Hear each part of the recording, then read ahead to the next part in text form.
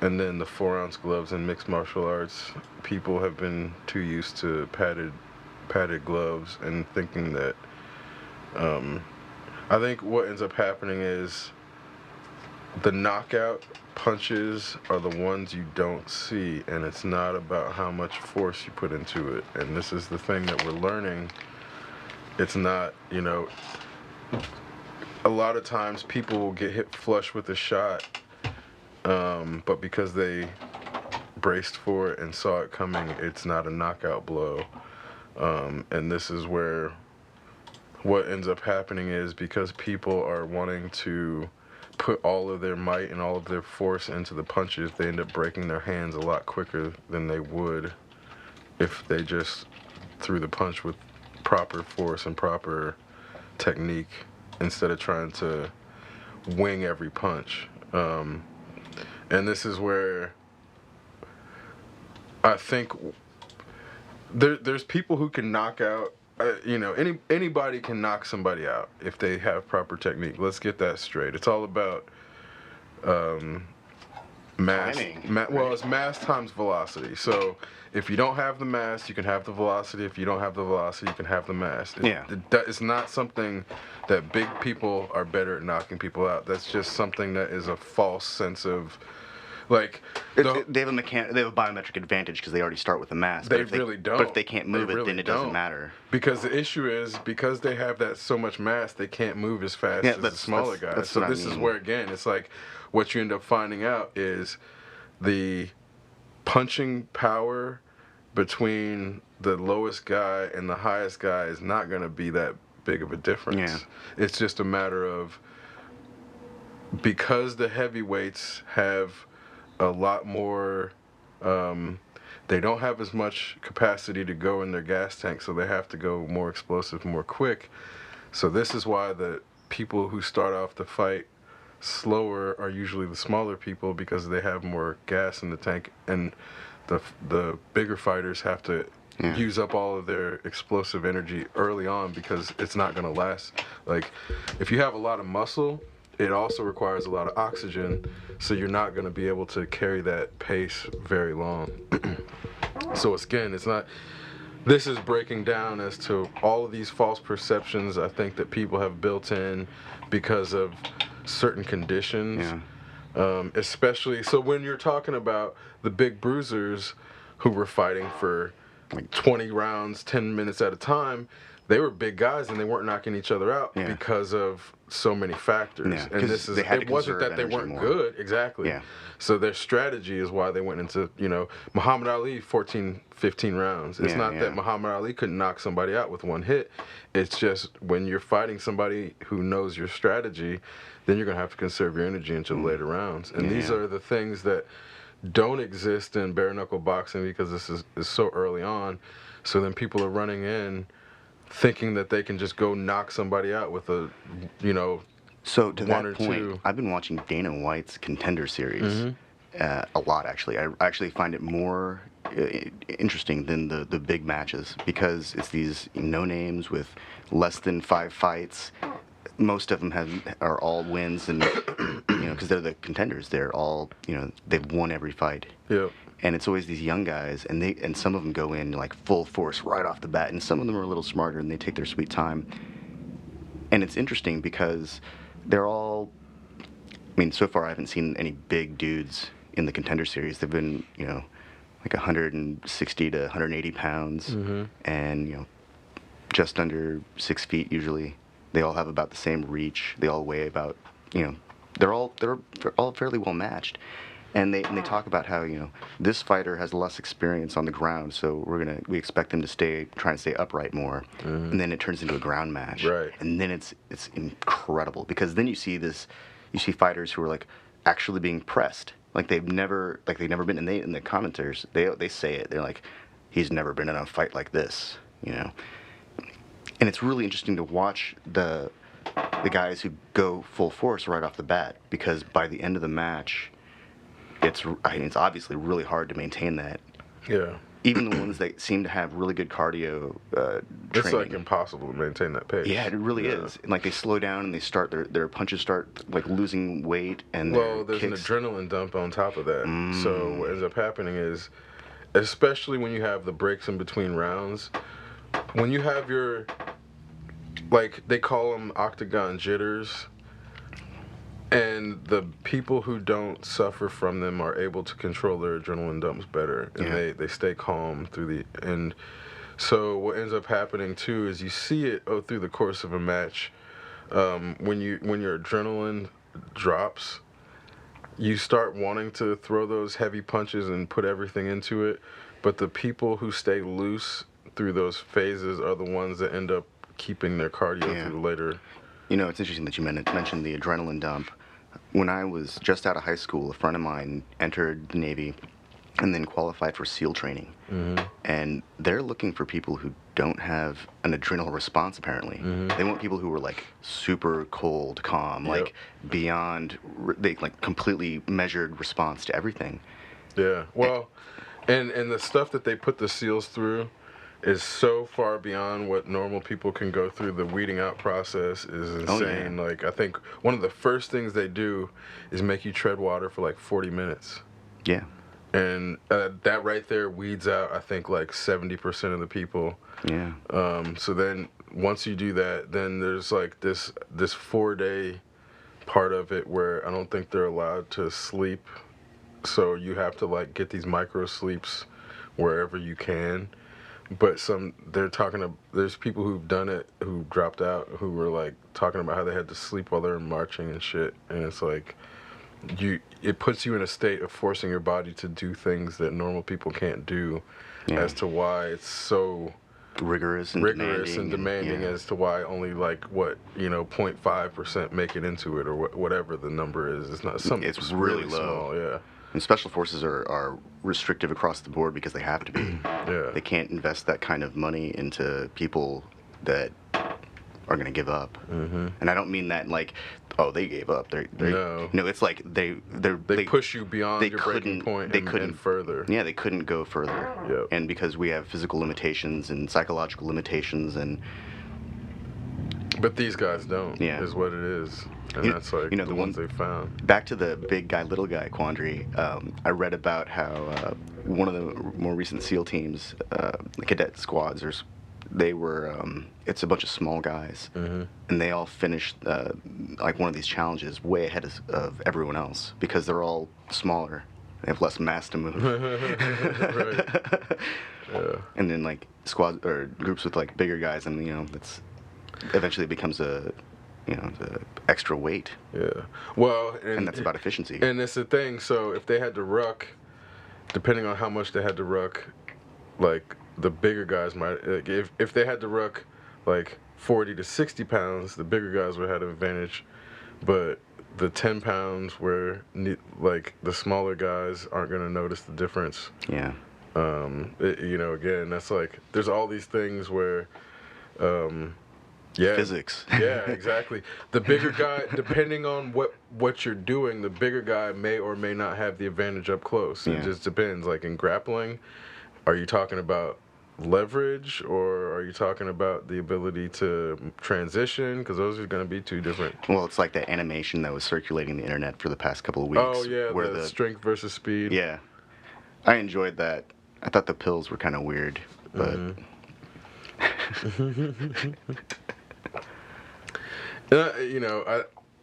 I think it's hard not to be so binary about things, because we're in a very binary culture.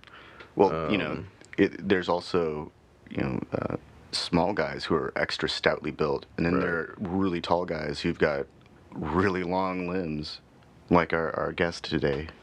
Hello. It's great to be here. Daniel is one of our friends and listeners, and he happens to be in town for a Tai Chi seminar. Yes, and workshop. Yes. With Master William Chen. Yes. Yes. Yeah, so how long have you been studying Tai Chi? I started practicing Tai Chi my sophomore year in college, so that would have been 2007. Wow. Okay. And I studied with the IU Tai Chi Chuan Club under Sifu Charles Pierce, and with that group of people consistently while I was attending school, and maintained my practice after I left as best as I could. You know, things can get kind of cyclical, but it was always something I could come back to and feel comfortable with, and I'm really happy that Grandmaster Chen was in town and I was able to visit at a time that coincided with his presence here, and I learned a lot at his seminar, and I was really happy to receive some minor corrections from him and major corrections as well, and just learned a lot. It's really fantastic. Yeah, well, you've been presented with an incredible opportunity to learn from, a true, like, master and legend. Yes, absolutely. Like, that's not something that should be just, oh yeah, I get to study with Master Chen.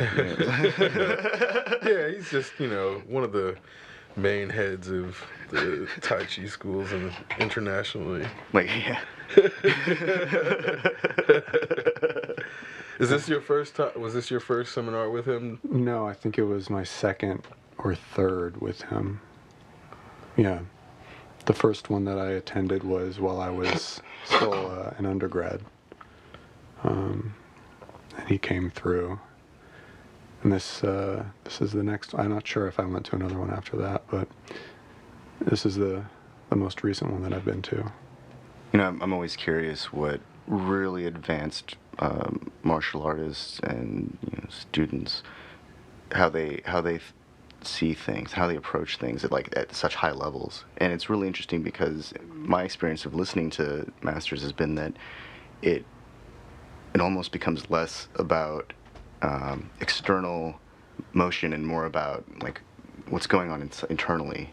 Oh yes. And that eventually it approaches this nexus of philosophy. Well, they all approach this nexus where it meets with philosophy, and then at least the good ones. Yeah, well, we're talking about masters here.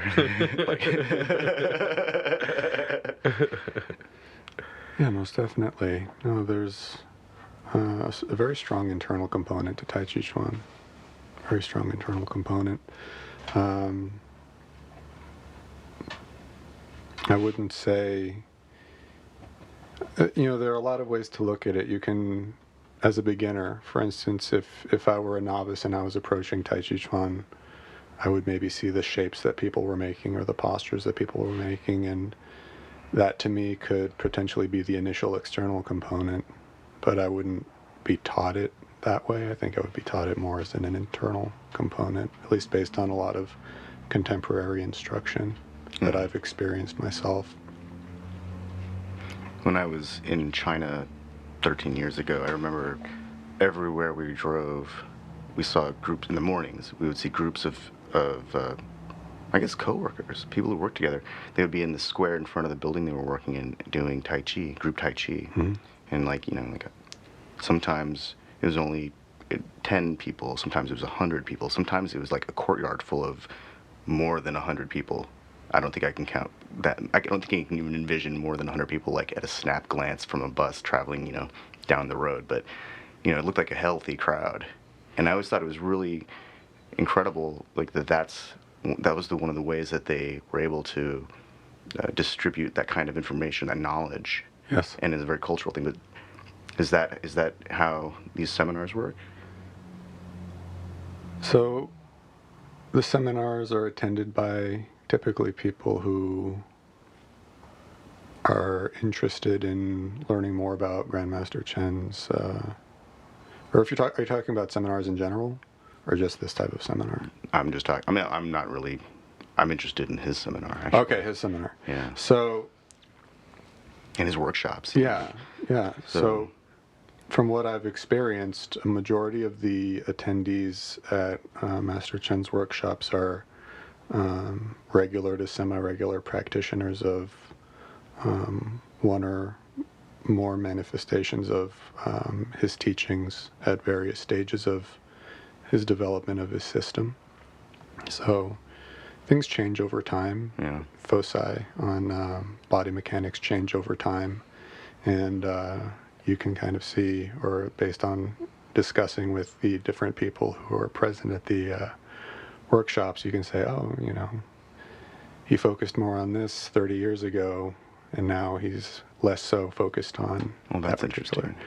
interesting. And then he has his foci change a little bit every time I see something that he's posted that's new or contemporary, or if you try and establish your own chronology of his progress and you try to maintain attention to the subtleties of his practice, you can pick it up if you just practice enough on your own, and if you have a guide, somebody to help you along with understanding what you're seeing, 'cause that's always very helpful. Yeah. Because you can be very perceptive, but at the same time, if you don't have somebody to guide you through, it may be more difficult to achieve those structures that you practice. Yeah. And in that, what what things have you seen evolve since 2007?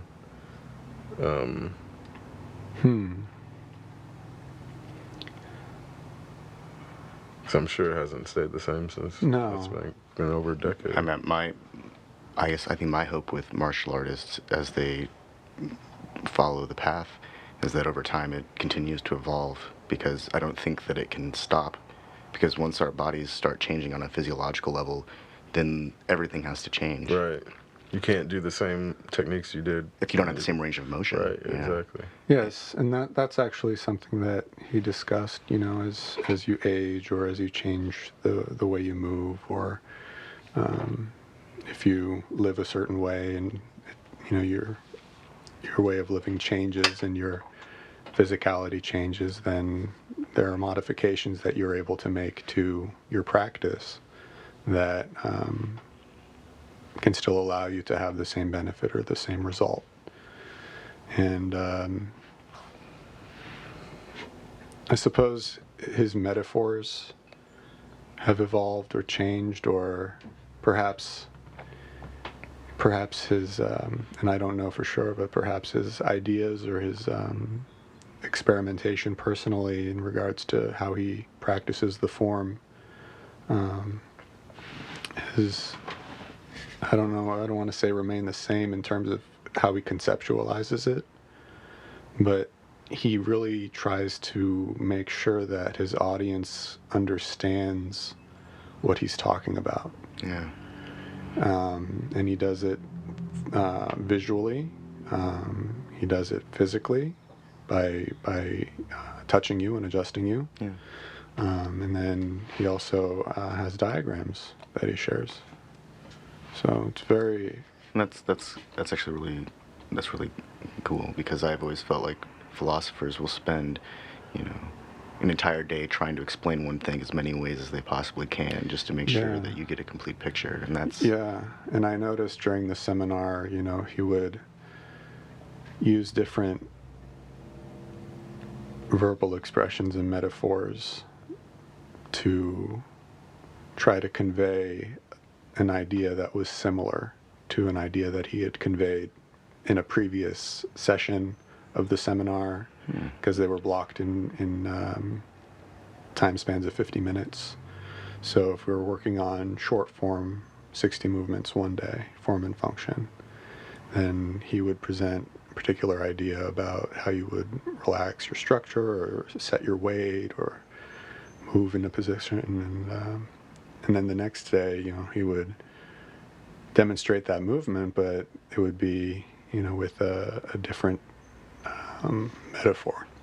Because I think he would be watching the room, and he would be paying attention to what people were picking up on, and he can identify subtleties very, very adeptly, and then modify what he was sharing. And this is conjecture at this point, but I think he was modifying what he was sharing and saying based on his perception of the group's understanding, because I really think he cares about people picking up what he's putting down. I think that's the hallmark of a true educator. Yeah. They want to make sure that the concepts are being received properly. Yeah, and I get that impression from him, and that's why I was really, grateful that he shared what he shared with us, and that he continues to do so. I hope he continues as long as he can. Yeah. As long as he wants to. Yeah. I feel like I've heard about Master Chen coming to Bloomington for well over a decade. Like it's like it's actually it's a pretty incredible thing to have access to that. Yes, that kind of resource. I felt kind of privileged. And the fact that he makes this place, a regular stop. Yeah. Mm-hmm. That says a lot to me about the quality of Tai Chi Club at Indiana University, and then also the community at large that helps to, to foster an environment where martial arts can be studied without issue, really. Yeah. Bloomington's actually a major hub for martial arts, just period. Yeah. Not just not just Tai Chi, but yeah. Which is really crazy. Yeah, I was really happy to be introduced to the martial arts community in Bloomington when I started going to school here. Yeah. I started in Taekwondo, and then started picking up everything else once I started the certificate program. And I got introduced to various martial arts, someone who's not here, but through Winston. That was great. And met a lot of fantastic teachers along the way. And was very fortunate that they had aggregated in this particular area.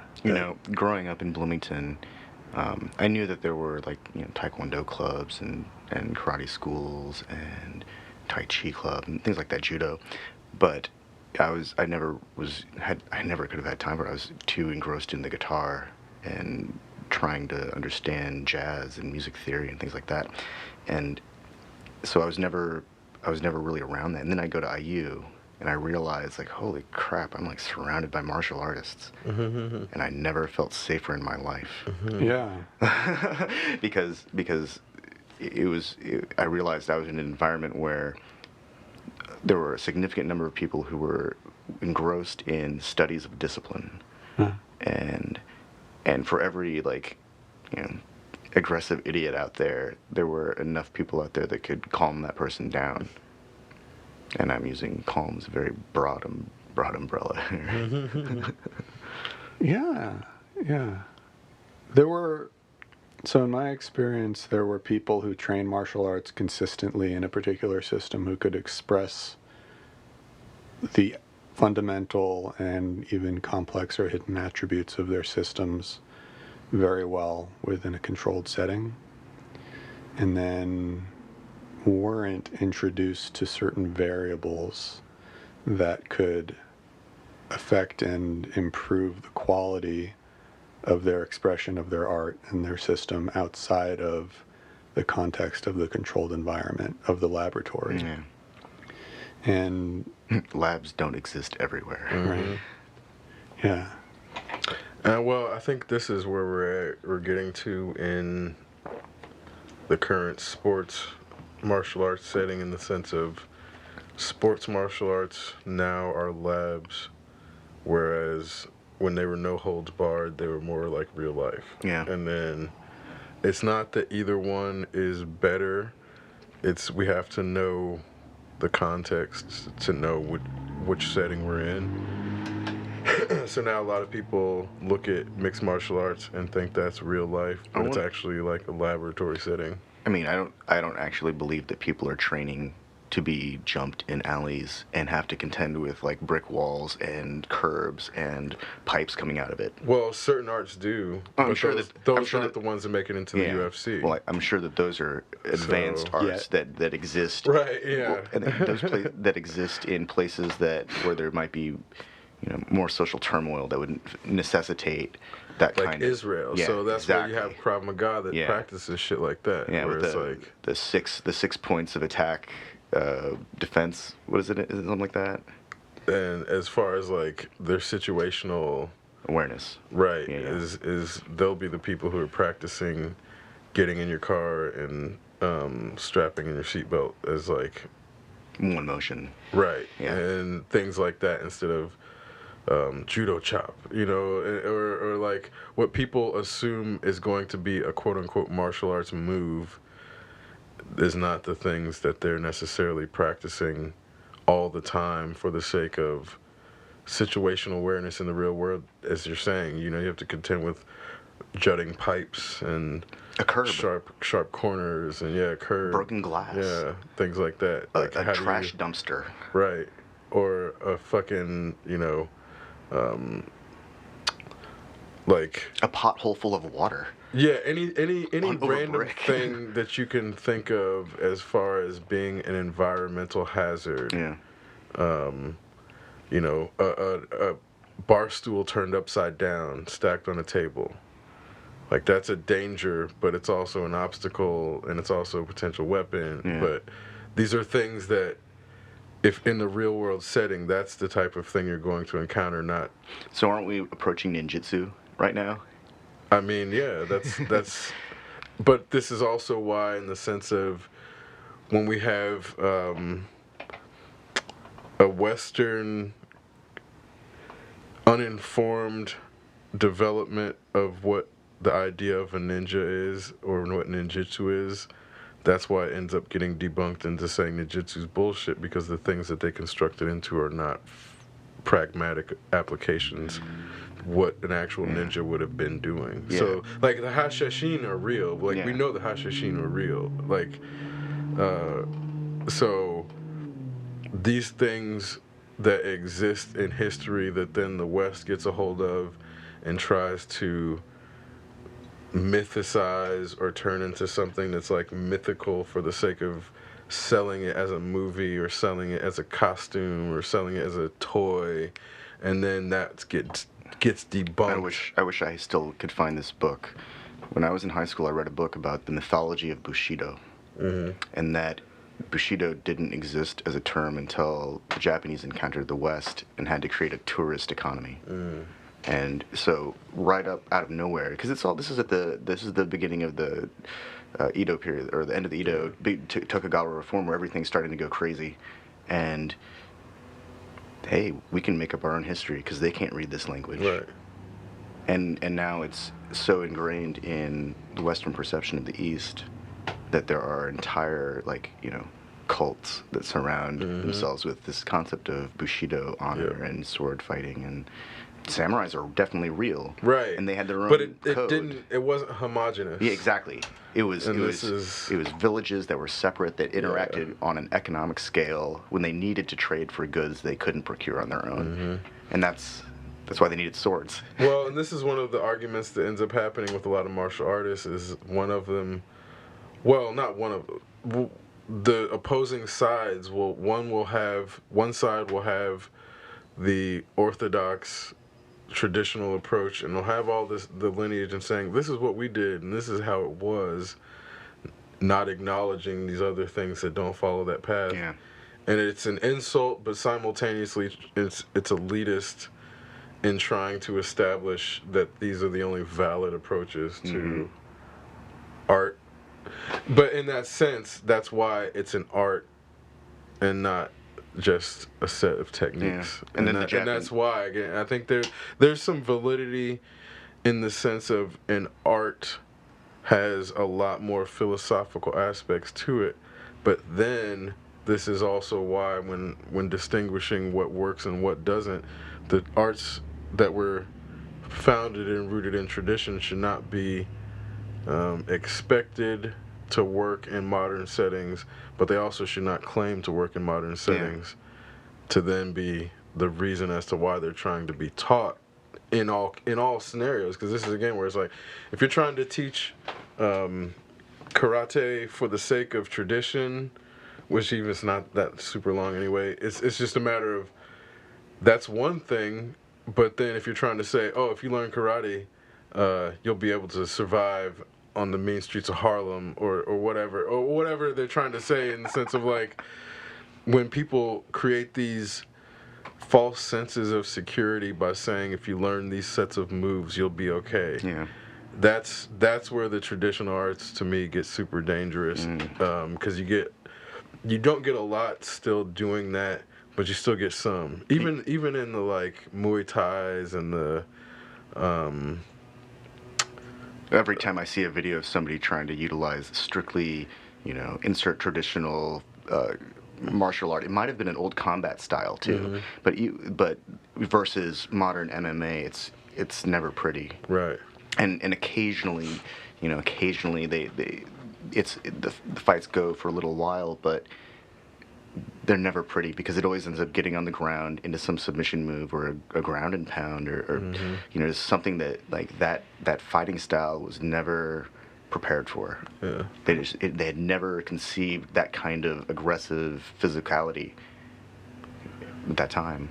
Yeah. But that's not to say that like somebody who's extremely advanced in Bagua couldn't handle themselves. Oh, absolutely. Because I'm pretty sure that that's a pretty brutal fighting style. That's like but you also don't hear a lot of Bagua practitioners rushing out to say, "Come learn Bagua to defend yourself." Yeah. That's not what they're saying. I So know. this is where in my articulation, I think a Bagua practitioner would be able to hold their own in most cases, but that's also why, again, you don't hear the Bagua masters out like lauding Bagua as like the most modern. Yeah. It's a very traditional style. Yeah, but they're not saying learn Bagua to be a UFC champion. Yeah, no, exactly. That's not what they're saying. No, it seems to be more spiritual or a discipline or a philosophical pursuit. Yeah, and then in that, the physics and the application of motion and leverage is going. If somebody learns that, I think they'd have a lot better chance of becoming a champion than somebody who didn't understand it, but not necessarily on its own. Yeah. It has to be in the context of other things. Yeah. And this is also why I think a lot of the arts like that, where they're open to more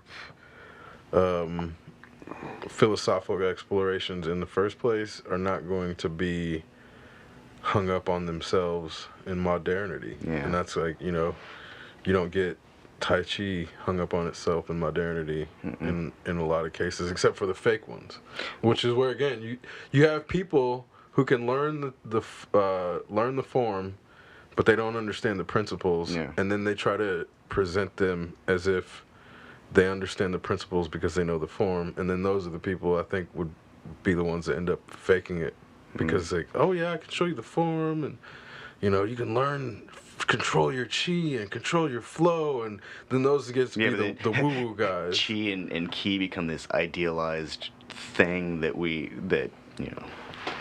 it becomes woo-woo by the people who don't know what it is. Yeah. And again, this is where you don't get real practitioners talking the woo-woo stuff, but they're also the real practitioners, again, the ones that don't get hung up on themselves in modernity. So it's like a weird time for, I think it's good for traditions that are well-founded. Yeah. Like Wing Chun thriving. Oh, Wing Chun's fucking thriving. Wing Chun's right amazing. now. Well, the thing that I've always found interesting about Chinese martial arts, Tai Chi, Wing Chun, even just straight up Chinese boxing, is that there's for every aspect of it that seems to be some kind of offensive posture, there's so much more emphasis on self-preservation, it seems. And what's really interesting about a lot of it seems like the art of evasion is pressed even further. Like with Wing Chun, it's about how do I deflect things? How do I not get hit by this? And then there's also the barrage of fists and feet, which is unquestionably probably the coolest part. Like seeing that stuff. Well, and the fact that it was created by a woman, I think is what Soft touch. like directs a lot of these principles that you're talking about, because again, it's like the thought process and the motivations behind the founders' intentions are still present in the modern day expression of the art. So in that, I think this is where it's not that women are going to be soft, quote unquote, about their approach, but in I establishing think a that's martial just art. actually just a poor translation when they described it like that. There's nothing soft about it. No, it's not. It's you have soft arts and you have hard arts, and they are soft and they're hard because the difference is in how you engage your muscles. Like soft arts, you don't engage your muscles in the same way as you do with hard, and it's like that's the distinction. Period. Like the flex. So when somebody gets the shit slapped out of them or elbowed to the temple with some Wing Chun technique, it's definitely hard. It's a hard hit, but it's still a soft art. But that's also a virtue of speed and velocity. So here's the thing: So the person who executes the technique correctly is not engaging their muscles in the same way as they would if it was a hard art. So a taekwondo, a karate, Muay Thai, they would all throw the same elbow form. I mean, it's not the same technique, but the soft arts will not engage their muscles in the same way at contact that the hard arts would. So this is, again, this is why a soft art can have the same impact and velocity without engaging the muscle groups, because they're training a different, like... That was my stomach letting some gases out. My apologies. So this would actually be a good place to discuss the distinction between something like Tai Chi and Muay Thai, in the sense of, so if you have the least amount of energy that it takes to engage a muscle group, Tai Chi is looking to use the least amount of energy to engage the muscle group to complete that motion. Whereas Muay Thai would be looking to use the most amount of energy that you can put into it without hurting yourself. So you're using, one end is using the bottom end of the energy scale, and one end is using the top. So then when you're going through with Tai Chi, it's not about being slow. It's about the least amount of energy possible into the motion, so that the reason people move slow in a lot of cases is because that's the easiest way to put the least amount of energy in. Like, a lot of good practitioners, once they get really good, can move faster and still put less energy in than somebody who's moving. That's actually like the founding principle of my concept of liquid dancing. Yeah, exactly. It crosses over to put really the well. least amount of effort into moving, and then at a point, once you're able to move everything simultaneously without effort, essentially get the illusion of motion without motion, it becomes incredibly fast, much faster than internet videos would have you believe. Oh, and this is where liquid dancing is Tai Chi, in the sense of, it's obviously not the forms, but what you have to do to liquid dance is you have to disengage everything, but you're still engaging. So it's the least amount of engagement possible to move around yourself while also engaging the things that you're engaging the things around the muscle group you're trying to motion around. And it's this weird, like the people who do the boogie wave liquid, where you can start to see it's like their whole body becomes like a sound wave or some shit. They've disengaged everything while they're engaging everything. It's like a weird, and that's why it looks cool, because it's not easy to do. They're doing something that normal people really can't do without hours and hours and hours of practice. And It's even the people that I've tried to show how to do it very few, like maybe 1 out of 20, not even that, 1 out of 50 people are actually able to do it because it takes hundreds and hundreds of hours Yep. to develop that kind of weird flexible control. And you want to be tense, but Yeah, that's but you where can't. again, yeah, you can't be tense and do liquid. No, it's a completely different dance if you're all tense. Right, that's tutting Yeah. at that point. Yeah. Which again, it's like if you know how to tut, you're basically doing the hard form. Yeah. That's the hard form versus the soft form. Now, this is again why it's like it's not about speed necessarily, No. and this is where a lot of Incidentally, people tutting will, is how I was able to rehabilitate my back after the first and second car accident, which means I should probably start tutting more so I can fix my back again. Yeah.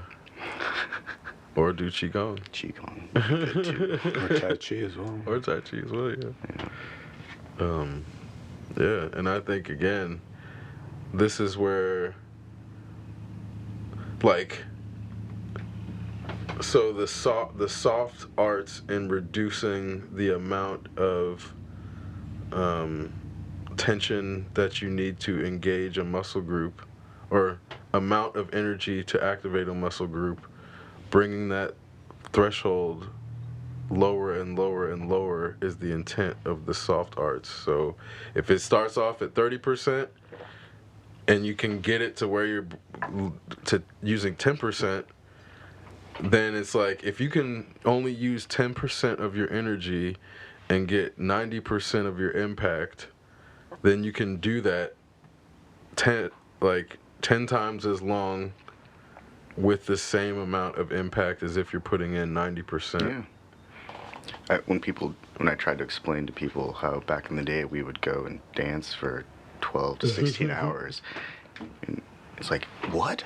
How? It's like, well, you just don't put a lot into it. You figure out how to travel without moving. Yep. And that was my favorite part about Jamiroquai, is he gave us that. Also that, goes back to Dune. Yeah, he gave us that. He gave all. Yeah, in June. Yeah, the spice. The spice, man. We just can't take too much of it because it'll change us. You're not just. It's crazy how blue-eyes. things are linking together. Like, fucking Dune is what brought us virtual insanity. Yeah. If Dune didn't exist, we probably wouldn't have had virtual insanity. What's interesting about Dune is, so within the world of Dune, there are Sardaukar, who are the Emperor's shock terror troopers. And then on Dune, on Arrakis, the Fremen have the Fedaykin. And they are just as skilled martial artists and warriors. And they don't, I feel like with New Dune, there's a really good opportunity for the fight choreography to give us a really, bold, new, modern visualized fighting style for the Fedaykin. Because when I read those books, it was, my mind is obviously going to give me a weird fighting system that I can't even imagine now. But I don't think they really gave Paul or Fade enough credit for their ability to wield those blades, and that's some serious shit. That duel was decided it all. And Sting did a great job. Yeah, totally. I mean, especially for the time. Yeah. And this gets back to the audience education in martial arts was so bad then that for the choreography that they did was really good. Yeah. When the audience thinks that swinging your arm all the way back before punching somebody is a good idea, that audience is They forgot about the completely, telegraph. yeah, that audience is completely unintelligent concerning combat, and it's only into. You remember Demolition Man's choreography? It's still really bad. It's still really bad, and you have a really good martial artist doing it. So, you had a fourth dan taekwondo. yeah, a really fantastic martial artist. And then even Sylvester Stallone has a throw up punch. Right. So it's not like they didn't have. I mean, but if you go back potential. and look at the Rocky choreography now, it looks fucking horrible. Yeah. It looks absolutely horrible, with a modern eye for combat. Yeah. and this is where they were guarding with their chin. Yeah. You know what I mean? Like, let me block your punch with my face. You know, that's what in that was it Kung Pao Enter the Fist, where they made fun of what's his name? He's like, how do you like my face to fist technique? Wing low. Or wimp low. Wimp low, that's it. He's like, how do you like my foot to my balls to your foot technique? Like, I like how he was introduced. This is Wimp Low. We have trained him wrong as a joke. Oh man! Put it in my hair.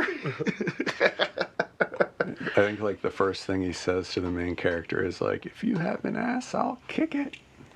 Oh God. That movie was so much fun.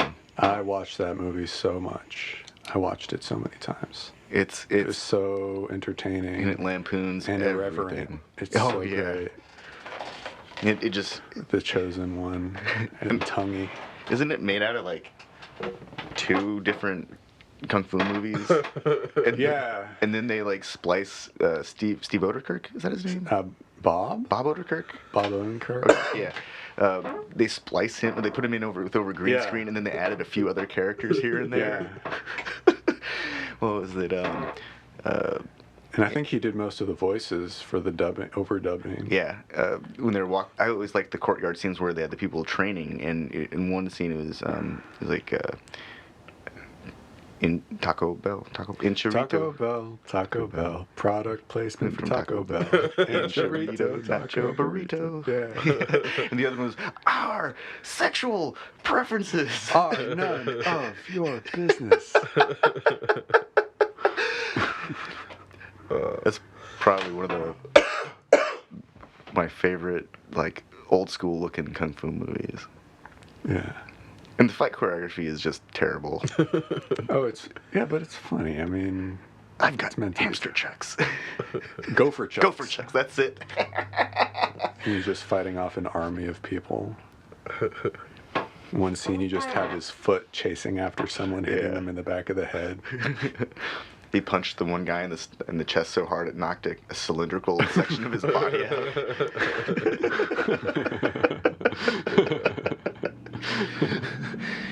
And the aliens were French. Right. That was a good movie. Yeah. That's quite a lot of details to recall from one movie. I know. Also, Demolition Man had Taco Bell product placement. Yes, it did. Was it a lovely evening at Taco Bell? This is all gourmet. Oh God, what was that guy? Dan Torre. He was like an MTV host for a while. Did all the spring breaks, and he was like playing the piano and singing the Jolly Green Giant. Yes. Man.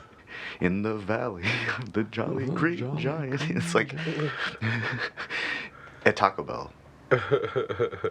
You know, Taco Bell actually has gone into the media and said that they're gonna not join the Impossible Meat Beyond Meat Impossible Burger. Because their shit's not real meat in the first place. I know, right? Probably, right? They're like, why would we're not gonna do that. We're just gonna stick with what we have. Yeah. Yeah, no, we're cool.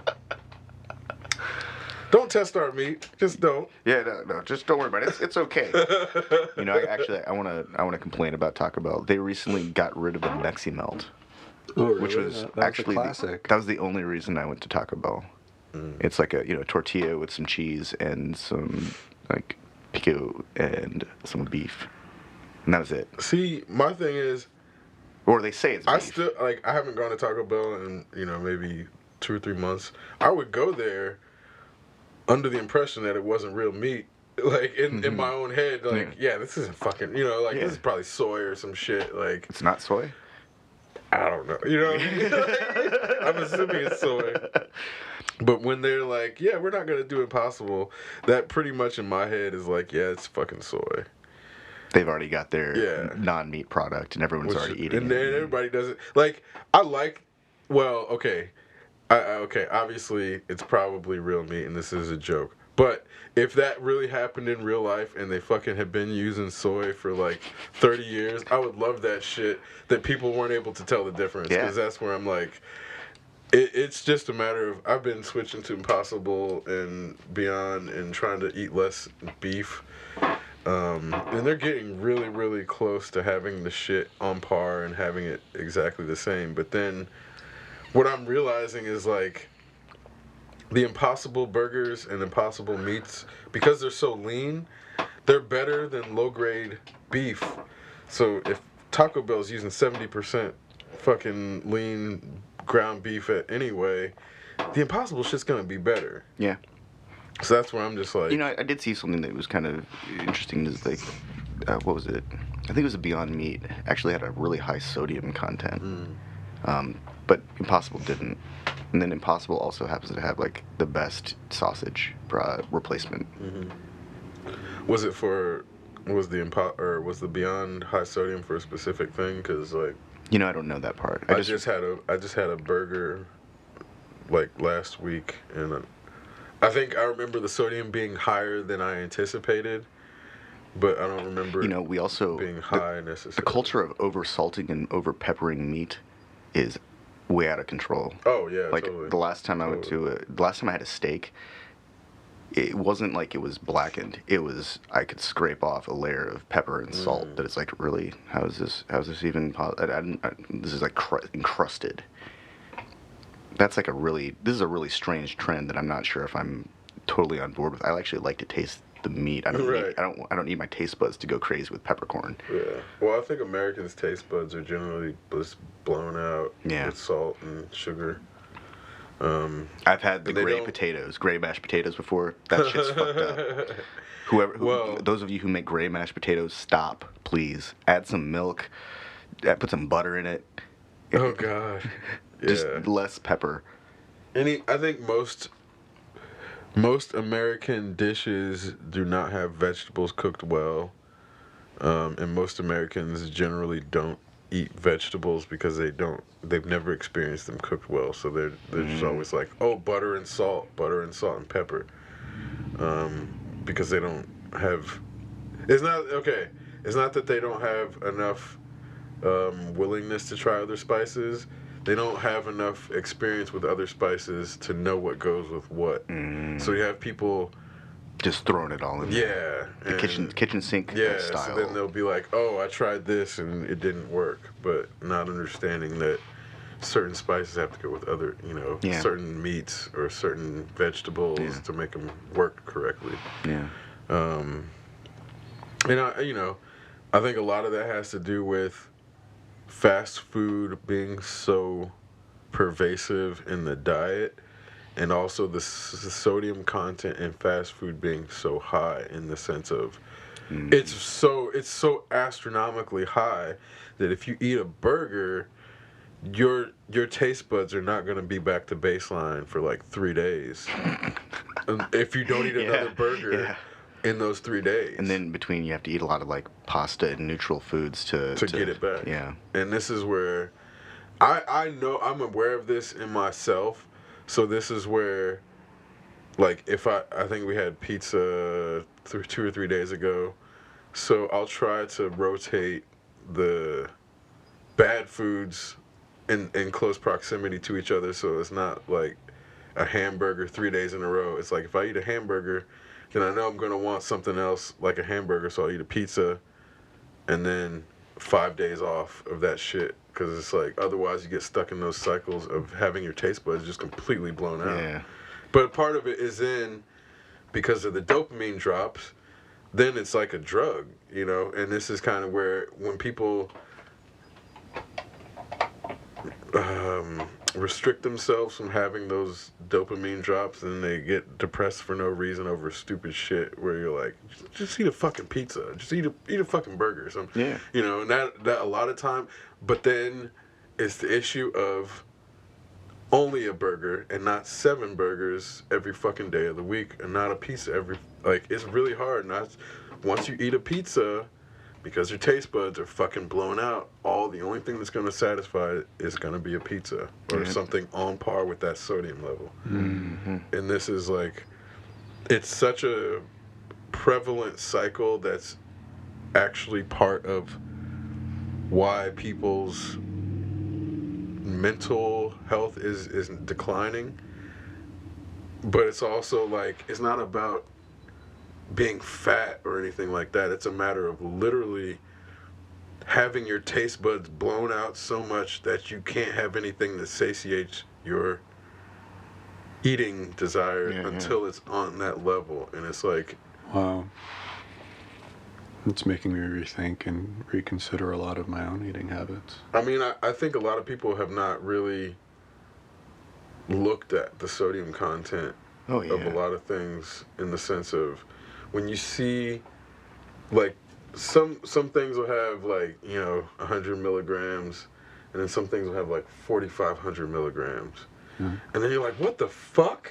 That's like 3 days worth of sodium. Right. But it's in like a fifth of the pizza. Oh God, yeah. That's terrible.